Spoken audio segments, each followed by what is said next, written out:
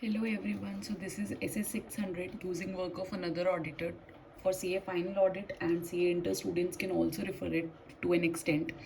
So with this we are going to start हमारी ऐसे 600 की सीरीज़। तीन ही स्टैंडर्ड्स की सीरीज़ है जो जनरली हम ऐसे 600 पढ़ते हैं, वो ग्रुप ऑडिट के साथ पढ़ते हैं, 610 पढ़ते हैं इंटरनल ऑडिट के साथ पढ़ते हैं, एंड 620 हम पढ़ते हैं जनरली ऐसे 500 के साथ जिसमें एक्सपर्ट की बात की जाती है। सो अभी हम इसको करते हैं, तीन ही स्टैंडर्ड्स की हमारी छोटी सी सीरीज़ है। सो हम जब वर्क यूज़ करते हैं किसी और ऑडिटर का, तो हमें रिलाई करना पड़ता है उसकी स्किल्स एंड केयर से, एंड अपनी केयर एक्सरसाइज करनी पड़ती है। ये दो स्टैंडर्ड्स की बात नहीं करता, ऐसे 299 की बात नहीं करता जो कि जॉइंट ऑडिट का है, और ऐसे 510 की बात नहीं करता, इनिशियल ऑडिट ऑपरेशंस वाला जो हमारा स्टैंडर्ड है। अब हमारे प्रोसीजर्स क्या होंगे, प्रिंसिपल ऑडिटर के क्या प्रोसीजर्स होंगे, मतलब बेसिकली वो क्या फैक्टर्स कंसीडर करेगा।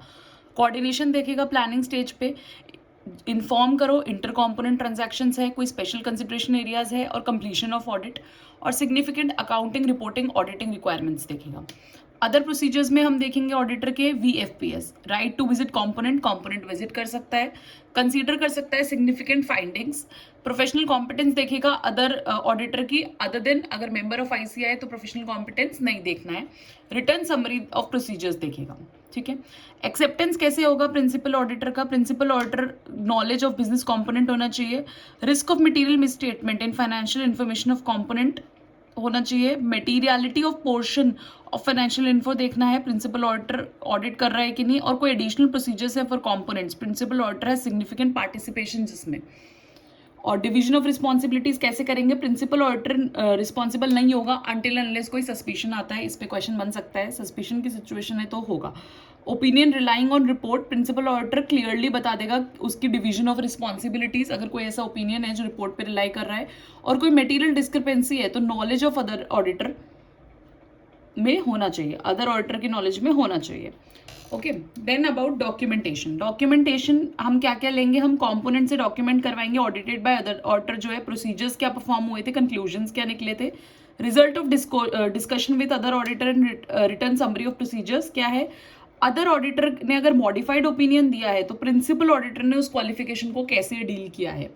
रीजंस फॉर लिमिटिंग प्रोसीजर्स, अगर प्रोसीजर्स लिमिट हुए हैं तो प्रिंसिपल ऑडिटर SAE मतलब sufficient and appropriate audit evidence मान रहा है कि नहीं, और क्वालिटी कंट्रोल स्टैंडर्ड कंप्लाई हुए हैं कि नहीं अदर ऑडिटर के, ठीक। उसके बाद limitations on scope, reporting consideration में हम लिमिटेशन ऑफ स्कोप में क्वालिफाइड और डिस्क्लेमर ओपिनियन देंगे। लिमिटेशन ऑफ स्कोप हम कब बोलेंगे, जो वर्क ऑफ अदर ऑडिटर हम यूज नहीं कर पाई, या principal auditor cannot perform additional procedures perform नहीं कर पाया। अगर अदर ऑडिटर ने मॉडिफाइड रिपोर्ट दी है तो प्रिंसिपल ऑडिटर उसका नेचर एंड सिग्निफिकेंस देखेगा, कोई मॉडिफिकेशन रिक्वायर्ड है कि नहीं वो देखेगा इन प्रिंसिपल ऑडिटर्स रिपोर्ट में। फिर एक टॉपिक आता है कोऑर्डिनेशन बिटवीन ऑडिटर्स कैसे रहेगा, तो सफिशिएंट लाइजन होना चाहिए principal auditor and other auditor के बीच में। प्रिंसिपल ऑडिटर एडवाइस करेगा अदर ऑडिटर को जो मैटर्स इंपॉर्टेंट होंगे उसके वर्क के लिए।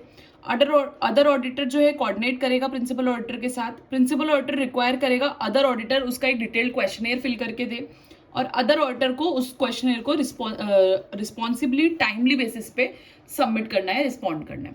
So this is SS 600 using work of another auditor. If you find it helpful please like, share and subscribe. Thank you.